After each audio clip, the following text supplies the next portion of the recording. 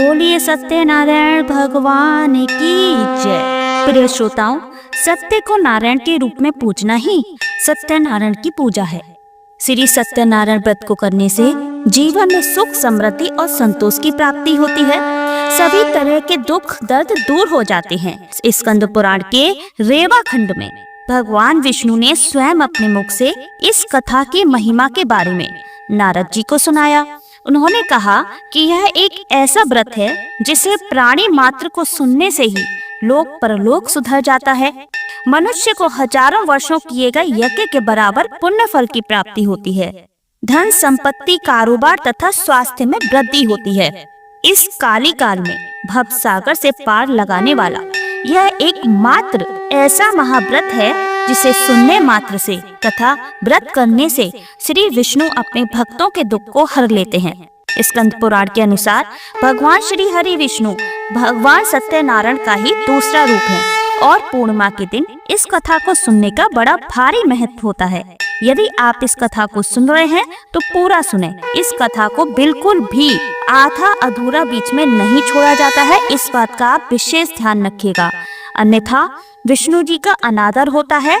और श्री कृष्ण कहते हैं, जो भी सत्यनारायण की कथा को बीच में अधूरा छोड़ता है उसे घोर नरक की प्राप्ति होती है। तो प्रिय भक्तगणों, आप सभी भक्तगण बड़े ही प्रसन्नचित मन से इस पावन पौराणिक कथा को श्रवण करें। वीडियो को लाइक करके कमेंट में जय श्री हरि विष्णु अवश्य ही लिखें। और अभी तक हमारे चैनल तिथि लोक कथा को सब्सक्राइब नहीं किया है तो तीज त्योहार से संबंधित सभी जानकारी और कथाओं को श्रवण करने के लिए चैनल को सब्सक्राइब करके बेल आइकन का बटन अवश्य ही दबा दीजिए। और तो चलिए श्रवण करते हैं यह पावन पौराणिक कथा। ओम नमो भगवते वासुदेवाय नमः। श्री सत्यनारायण व्रत कथा के अनुसार एक बार की बात है, नैमिषारण्य तिथि में सोनकादिक 88,000 ऋषियों ने पुराण वेता श्री सूत जी से पूछा, हे सूत जी, इस कलयुग में वेद विद्या रहित मनुष्यों को प्रभु भक्ति किस प्रकार मिलेगी तथा उनका उद्धार कैसे होगा? हे मुनिश्रेष्ठ, कोई ऐसा व्रत अथवा तप कहिए जिसके करने से थोड़े ही समय में पुण्य प्राप्त हो तथा मनोवांछित फल भी मिले। हमारी प्रबल इच्छा है कि हम ऐसी कथा सुने। श्री सूत जी बोले, हे वैष्णव में पूज्य, आप सभी ने प्राणियों के हित एवं कल्याण की बात पूछी है। अब मैं इस श्रेष्ठ व्रत को आप सबसे कहूँगा, जिसे श्रेष्ठ मुनि नारद जी ने श्री लक्ष्मी नारायण भगवान से पूछा था और श्री लक्ष्मी नारायण भगवान ने मुनि श्रेष्ठ नारद जी को बताया था। आप सभी श्रेष्ठगण यह कथा ध्यान से सुने। मुनि श्रेष्ठ नारद दूसरों के कल्याण हेतु सभी लोकों में घूमते घूमते एक समय मृत्यु लोक में आ पहुँचे। यहाँ बहुत सी योनियों में जन्मे प्रायः सभी मनुष्यों को अपने कर्मानुसार अनेक कष्टों से पीड़ित देखकर उन्होंने विचार किया कि किस यत्न करने से निश्चय ही प्राणियों के कष्टों का निवारण हो सकेगा। मन में ऐसा विचार करके श्री नारद विष्णु लोक गए। वहाँ श्वेत वर्ण और 4 भुजाओं वाले देवों के इष्ट नारायण को, जिनके हाथों में शंख, चक्र, गदा और पद्म थे तथा वरमाला पहने हुए थे, को देखकर उनकी स्तुति करने लगे। नारद जी ने कहा, हे भगवान, आप अत्यंत शक्तिवान हैं, मन तथा वाणी भी आपको नहीं पा सकती। आपका आदि मध्य अंत भी नहीं है। आप निर्गुण स्वरूप सृष्टि के कारण भक्तों के कष्टों को नष्ट करने वाले हो। आपको मेरा सत सत नमन है। नारद जी ने इस प्रकार की प्रार्थना सुनकर विष्णु भगवान बोले, हे योगीराज, आपके मन में क्या है? आपका किस कार्य हेतु यहाँ आगमन हुआ है? निसंकोच कहें। तब मुनि श्रेष्ठ नारद जी मुनि ने कहा, हे भगवान, मृत्यु लोक में सब मनुष्य जो अनेक योनियों में पैदा हुए हैं, अपने अपने कर्मों द्वारा अनेक प्रकार के कष्टों के कारण दुखी हैं। हे स्वामी, यदि आप मुझ पर दया रखते हैं तो बताइए कि उन मनुष्यों के सब कष्ट थोड़े ही प्रयत्न से किस प्रकार दूर हो सकते हैं? श्री विष्णु भगवान ने कहा, हे नारद, मनुष्य की भलाई के लिए तुमने यह बहुत उत्तम प्रश्न किया है। यह व्रत मैं तुमसे कहता हूँ, सुनो, ध्यान से सुनना। इस अति पुण्य दान करने वाला, स्वर्ग तथा मृत्यु दोनों में दुर्लभ एक अति उत्तम व्रत है जो आज मैं तुमसे कहता हूँ। श्री सत्यनारायण भगवान का यह व्रत विधि विधान पूर्वक संपन्न करने पर मनुष्य इस धरती पर सभी प्रकार के सुख भोग कर मरणोपरांत मोक्ष को प्राप्त होता है। श्री विष्णु भगवान के ऐसे वचन सुनकर नारद मुनि बोले, हे भगवान, उस व्रत का विधान क्या है, फल क्या है, इससे पूर्व किसने यह व्रत किया है और किस दिन यह व्रत करना चाहिए, कृपया करके मुझे विस्तार से समझाइए।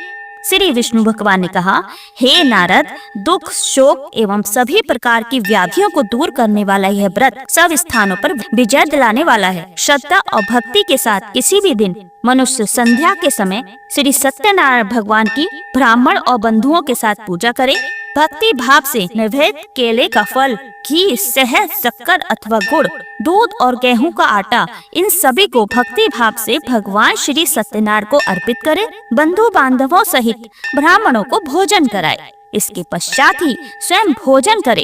रात्रि में श्री सत्यनारायण भगवान के गीत आदि का आयोजन करके श्री सत्यनारायण भगवान का स्मरण करते हुए समय व्यतीत करे। इस तरह जो मनुष्य व्रत करेंगे उनकी मनोकामनाएं अवश्य ही पूर्ण होंगी। विशेष रूप से कलयुग में मृत्यु लोक में यही एक ऐसा उपाय है जिससे अल्प समय और कम धन में महान पुण्य की प्राप्ति हो सकती है।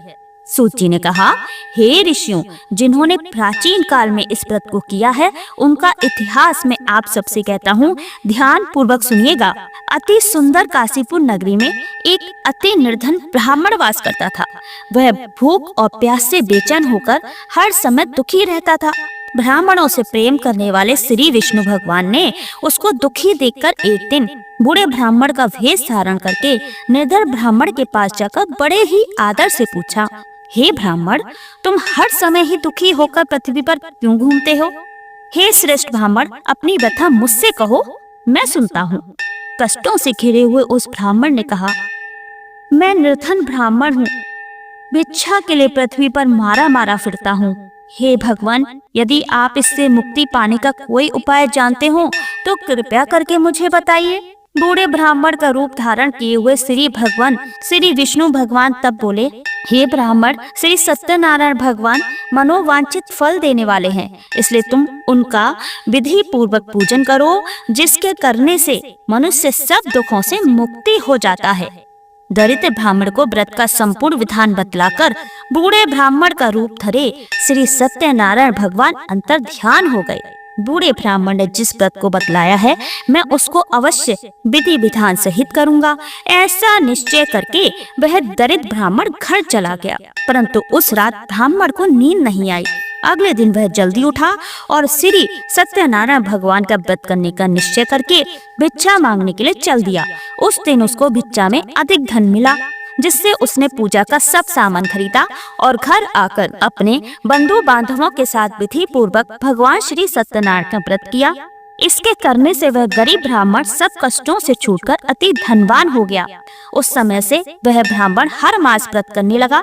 सत्यनारायण भगवान के व्रत को जो शास्त्र विधि के अनुसार श्रद्धा पूर्वक करेगा वह सब कष्टों से छूटकर मोक्ष प्राप्त करेगा। जो भी मनुष्य श्री सत्यनारायण भगवान का व्रत करेगा वह सब कष्टों से छूट जाएगा। इस तरह नारद जी से सत्यनारायण भगवान का कहा हुआ यह व्रत मैंने तुमसे कहा। हे श्रेष्ठ ब्राह्मणों, अब आपको और क्या सुनना है मुझसे कहिए। तब ऋषियों ने कहा, हे मुनीश्वर, संसार में इस विप्र से सुनकर किस किसने इस व्रत को किया, हम सब सुनना चाहते हैं। मुनियों से ऐसा सुनकर श्री सूत जी ने कहा, हे मुनिगण, जिस जिस प्राणी ने इस व्रत को किया है उन सब की कथा सुनो। एक समय वह धनी ब्राह्मण बंधु बांधवों के साथ शास्त्र विधि के अनुसार अपने घर पर श्री सत्यनारायण भगवान का व्रत कर रहा था। उसी समय एक लकड़ी बेचने वाला बूढ़ा व्यक्ति वहां आया। उसने सिर पर रखा लकड़ियों का गट्ठर बाहर रख दिया और ब्राह्मण के मकान में चला गया। प्यास से बेचैन लकड़हारे ने विप्र को व्रत करते देखा। वह प्यास को भूल गया। उसने विप्र का अभिनंदन किया और पूछा, हे ब्राह्मण, आप यह किसका पूजन कर रहे हैं? इस व्रत को करने से क्या फल मिलता है, कृपया करके मुझे बताइए। तब उस ब्राह्मण ने कहा, सब इच्छाओं को पूर्ण करने वाला यह श्री सत्यनारायण भगवान का व्रत है। इनकी ही कृपा से मेरे यहाँ धन एवं ऐश्वर्य का आगमन हुआ है। ब्राह्मण से इस व्रत के बारे में जानकर वह लकड़हारा अत्यंत ही प्रसन्न हुआ। भगवान का चरणामृत लेकर और भोजन करने के पश्चात वह अपने घर को चला गया।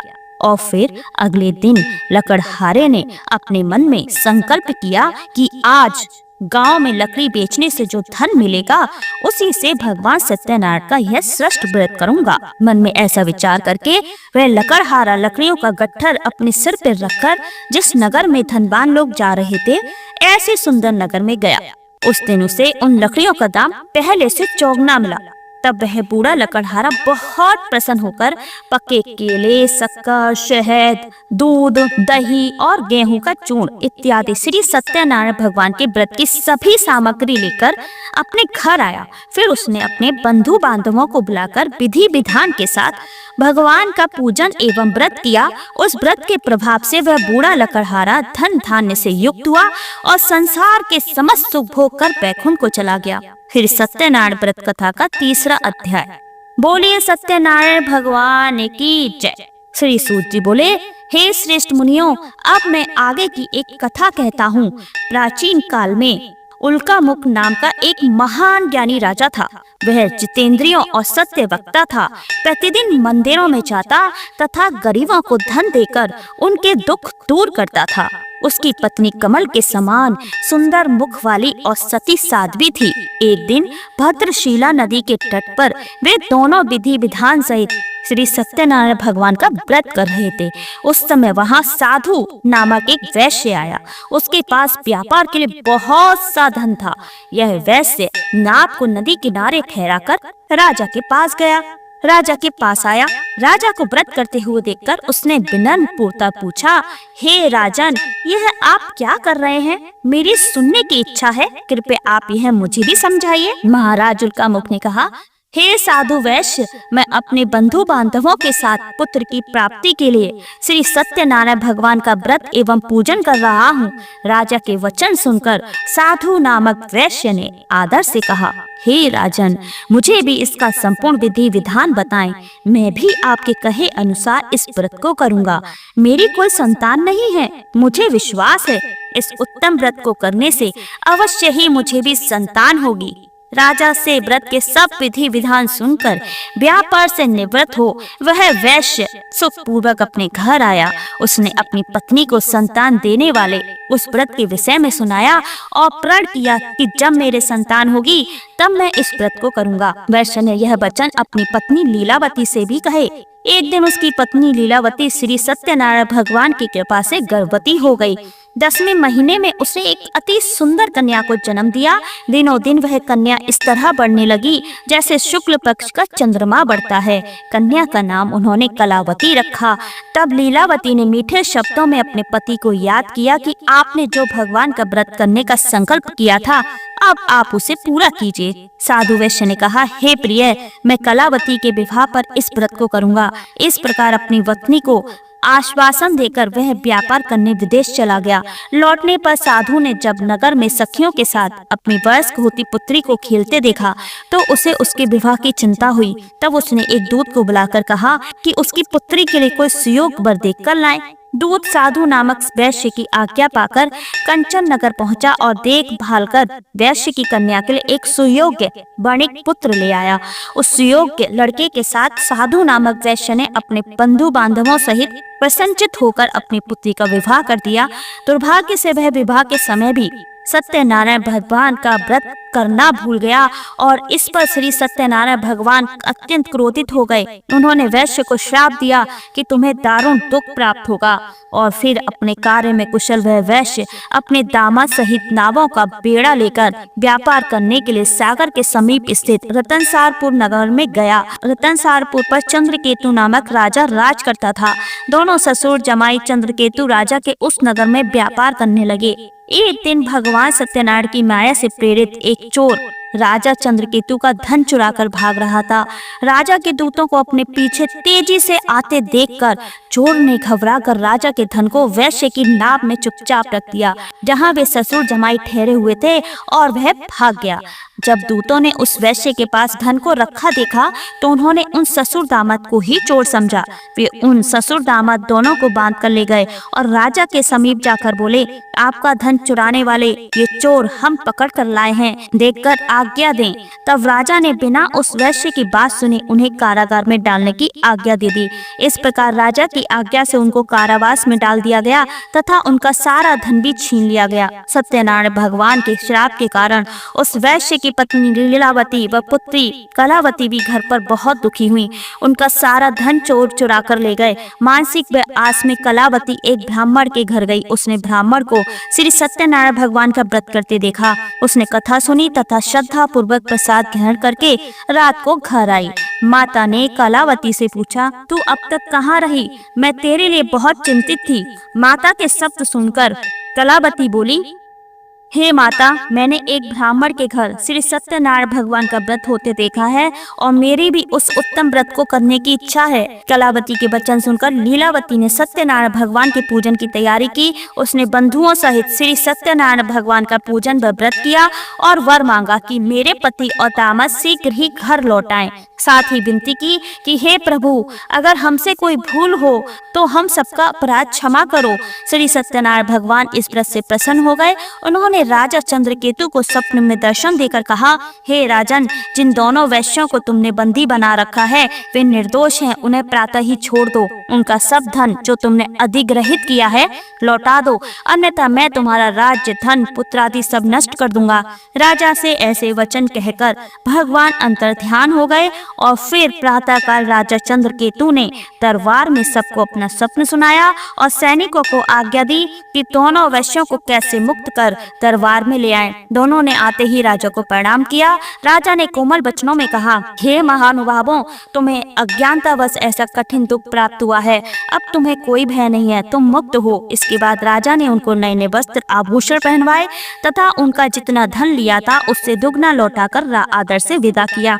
दोनों वैश्य अपने घर को चल दिए। श्री सत्यनारायण भगवान की कथा का चौथा अध्याय। बोलिए सत्यनारायण भगवान की जय। सूत जी ने आके कहा, वैश्य ने यात्रा आरंभ की और अपने नगर को चला। उनके थोड़ी दूर आगे बढ़ने पर दंडी बैजधारी श्री सत्यनारायण भगवान ने उसकी परीक्षा लेने हेतु उससे पूछा, हे वैश्य, तेरी नाम में क्या है? अभिमानिक बणिक हंसता हुआ बोला, हे दंडी, आप क्यों पूछते हैं? क्या धन लेने की कामना है? मेरी नाम में तो बेल के पत्ते भरे हैं। वैश्य के ऐसे वचन सुनकर दंडी बैजधारी श्री सत्यनारायण भगवान बोले, तुम्हारा वचन सत्य हो। ऐसा कहकर वे वहाँ से चले गए और कुछ दूर जाकर समुद्र के तट पर बैठ गए। दंडी महाराज के जाने के पश्चात वैश्य ने नित्य क्रिया से निर्वृत्त होने के बाद नाव को ऊंची उठी देखकर अचंभा किया तथा नाव में बेल पत्ते आदि देखकर मूर्छित होकर जमीन पर गिर पड़ा। मूर्छा खुलने पर अति शोक करने लगा। तब उसके दामाद ने कहा, आप शोक ना करें, यह दंडी महाराज का श्राप है, अतः हमें उनकी शरण में ही चलना चाहिए, वही हमारे दुखों का अंत करेंगे। दामाद के वचन सुनकर वह वैश्य दंडी भगवान के पास पहुंचा और अत्यंत भक्ति भाव से पश्चाताप करते हुए बोला, मैंने जो आपसे असत्य वचन कहे थे उनके लिए मुझे क्षमा करें। ऐसा कहकर वह शोकातुर हो रोने लगा। तब दंडी भगवान बोले, हे बणिक पुत्र, मेरी आज्ञा से ही बार बार तुझे दुख कष्ट प्राप्त हुआ है, तू मेरी पूजा से विमुख हुआ है। तब उस वैश्य ने कहा, हे भगवान, आपकी माया को ब्रह्मा आदि देवता भी नहीं जान पाते, तब मैं मूर्ख भला कैसे जान सकता हूँ? आप प्रसन्न होइए, मैं अपनी क्षमता अनुसार आपकी पूजा करूँगा। मेरी रक्षा कीजिए और मेरी नौका को पहले के समान धन से परिपूर्ण कर दीजिए। उसकी भक्ति से परिपूर्ण वचन सुनकर श्री सत्यनारायण भगवान प्रसन्न हो गए और उसकी इच्छा अनुसार वर देकर अंतर ध्यान हो गए। तब ससुर व दामाद दोनों ने नाव पर आकर देखा कि नाव धन से परिपूर्ण है। फिर वह विधि विधान से भगवान सत्यनारायण का पूजन कर साथियों सहित अपने नगर को चला। जब वह अपने नगर के निकट पहुंचा तो उसने एक दूत को अपने घर भेजा। दूत ने साधु नामक वैश्य के घर जाकर उसकी पत्नी को नमस्कार किया और कहा, आपके पति अपने जमाता सहित इस नगर में समीप आ गए हैं। लीलावती और उसकी कन्या कलावती उस समय भगवान का पूजन कर रही थीं। दूत का वचन सुनकर साधु की पत्नी ने बड़े हर्ष के साथ सत्यनारायण भगवान का पूजन पूर्ण किया और अपनी पुत्री से कहा, मैं अपने पति के दर्शन को जाती हूँ, तो पूजन पूर्ण करके शीघ्र आ जाना। परंतु कलावती पूजन एवं प्रसाद छोड़कर अपने पति के दर्शन के लिए चली गई।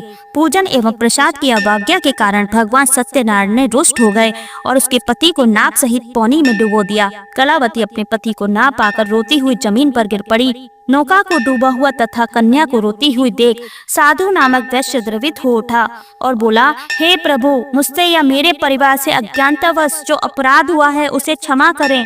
उसके ऐसे वचन सुनकर सत्यदेव भगवान प्रसन्न हो गए। आकाशवाणी हुई, हे वैश्य, तेरी पुत्री मेरा प्रसाद छोड़कर आई है, इसलिए इसका पति अदृश्य हुआ है। यदि वह घर जाकर प्रसाद ग्रहण कर लौटे तो इसको इसका पति अवश्य ही मिलेगा। आकाशवाणी सुनकर कलावती ने उस घर पहुंचकर प्रसाद ग्रहण किया और फिर आकर अपने पति को पूर्व रूप में पाकर वह अति प्रसन्न हुई तथा उसने अपने पति के दर्शन किए। तत्पश्चात साधु वैश्य ने वही बंधु बांधवों सहित सत्यदेव का विधि पूर्वक पूजन किया। वह इस लोक के सभी लोग के सुख भोग कर अंत में मोक्ष को प्राप्त हुआ। श्री सत्यनारायण भगवान की कथा का 5वां अध्याय। बोलिए सत्यनारायण भगवान की जय। श्री सूत जी ने आगे कहा, हे ऋषियों, मैं एक और भी कथा कहता हूँ, उसे भी सुनो। प्रज्ञा पालन में लीन तुंगध्वज नाम का एक राजा था। उसने भगवान सत्यदेव का प्रसाद त्याग कर बहुत दुख पाया। एक समय राजा वन में वन्य मनुष्य को मारकर बड़ के वृक्ष के नीचे आया। वहां उसने ग्वालों को भक्ति भाव से बंधु बांधवों सहित श्री सत्यनारायण का पूजन करते देखा, परंतु राजा देखकर भी अभिमानवश ना तो वहां गया और ना ही सत्यदेव भगवान को नमस्कार ही किया। जब ग्वालों ने भगवान का प्रसाद उनके सामने रखा तो वह प्रसाद त्याग कर अपने नगर को चला गया। नगर में पहुंचकर उसने देखा कि उसका सब कुछ नष्ट हो गया है। वह समझ गया कि यह सब भगवान सत्यदेव ने ही किया है। तब वह उसी स्थान पर वापस आया और ग्वालों के समीप गया और विधि पूर्वक पूजन करके प्रसाद खाया। तो भगवान सत्यनारायण की कृपा से सब कुछ पहले जैसा ही हो गया और दीर्घ काल तक सुख भोग कर मरने पर स्वर्गलोक को चला गया। जो मनुष्य इस परम दुर्लभ व्रत को करेगा, श्री सत्यनारायण भगवान की कृपा से उसे धन धान्य की प्राप्ति होगी। निर्धन धनी और बंदी बंधन से मुक्त होकर निर्भय हो जाता है। संतानहीन को संतान प्राप्त होती है तथा सब मनोरथ पूर्ण होकर अंत में वह वैकुंठ धाम को जाता है। जिन्होंने पहले इस व्रत को किया है, अब उनके दूसरे जन्म की कथा भी सुनिए। सतानंद नामक ब्राह्मण ने सुदामा के रूप में जन्म लेकर श्री कृष्ण की भक्ति कर मोक्ष प्राप्त किया। उल्कामुख नाम के महाराज राजा दशरथ बने और श्री रंगनाथ का पूजन करके वैकुंठ को प्राप्त हुए। साधु नाम के वैश्य ने धर्मात्मा व सत्य प्रतिज्ञ राजा मोरध्वज बनकर अपनी देह को आगे से चीर कर दान करके मोक्ष को प्राप्त हुआ। महाराज तुंगध्वज स्वयं शंभु मनु हुए। उन्होंने बहुत से लोगों को भगवान की भक्ति में लीन करके मोक्ष प्राप्त किया। लकड़हारा भील अगले जन्म में गुह नामक निषाद राजा हुआ, जिसने भगवान राम के चरणों की सेवा करके मोक्ष प्राप्त किया। बोलिए सत्यनारायण भगवान की जय। तो प्रिय श्रोताओं, उम्मीद करती हूँ सत्यनारायण भगवान की यह कथा आपको अवश्य ही पसंद आई होगी। पसंद आई तो लाइक अवश्य कर दीजिए और ज्यादा से ज्यादा सत्यनारायण की भगवान की कथा को शेयर जरूर कर दीजिए। इससे आपको बहुत ही पुण्य फलों की प्राप्ति होती है। और शरद पूर्णिमा की वीडियो भी हमारे चैनल पर अपलोड हो गई है, आप उसको भी देख सकते हैं। और शरद पूर्णिमा की कथा को श्रवण करने के लिए हमारे चैनल को सब्सक्राइब करके बेल आइकन का बटन अवश्य ही दबा दीजिए। मिलते हैं अपनी एक नई जानकारी और एक नई कथा के साथ। तब तक के लिए धन्यवाद। जय श्री राम। ओम नमः शिवाय।